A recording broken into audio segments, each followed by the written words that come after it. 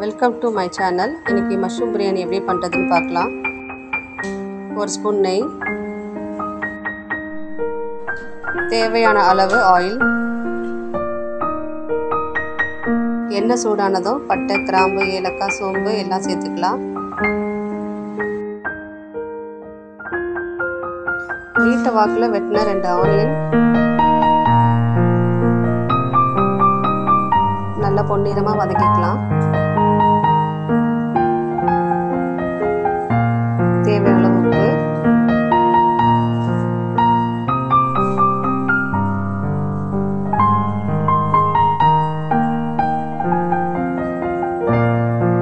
நறுக்கிய தக்காளி 2 சேர்த்துக்கலாம்.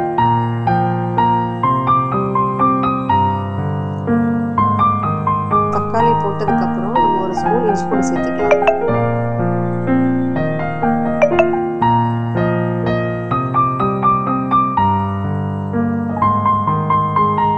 நல்லா வதங்கட்டும்.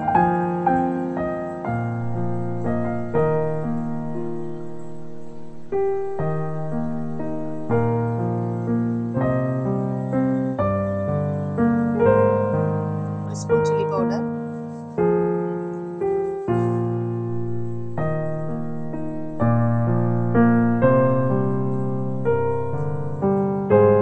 ஒரு ஸ்பூன் கரம் மசாலா,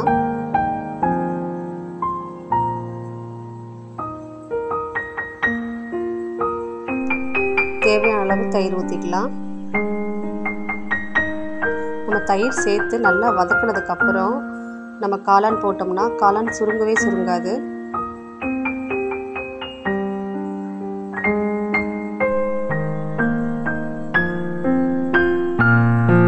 நல்லா வதக்கிக்கலாம்.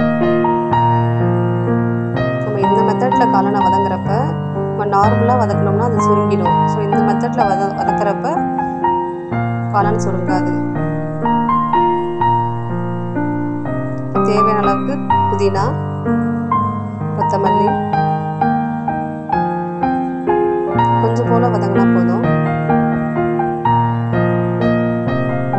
நம்ம 2 டம்ளர் அரிசி 10 நிமிஷத்துக்கு முன்னாடியே ஊற வச்சு வச்சுருக்கோம். அதுக்கு 3 டம்ளர் தண்ணி ஊற்றிருக்கோம். 2க்கு 3 அளவு தண்ணி, கொஞ்சம் போல உப்பு சேர்த்துருக்கோம்.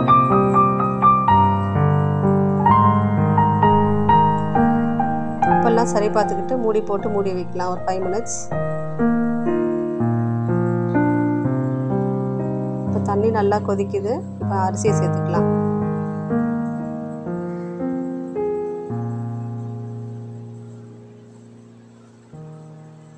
இப்போ உப்பெல்லாம் சரி பார்த்துக்கிட்டு நம்ம மூடி வைக்கலாம்.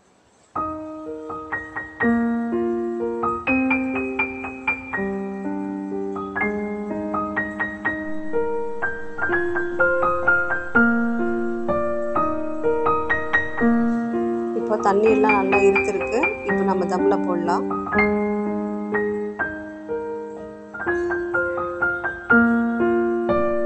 ஒரு பிளேட்டு, அதுக்கு மேலே ஒரு வெயிட் வச்சுருக்கோம். ஒரு 10 மினிட்ஸ் ஆகட்டும்.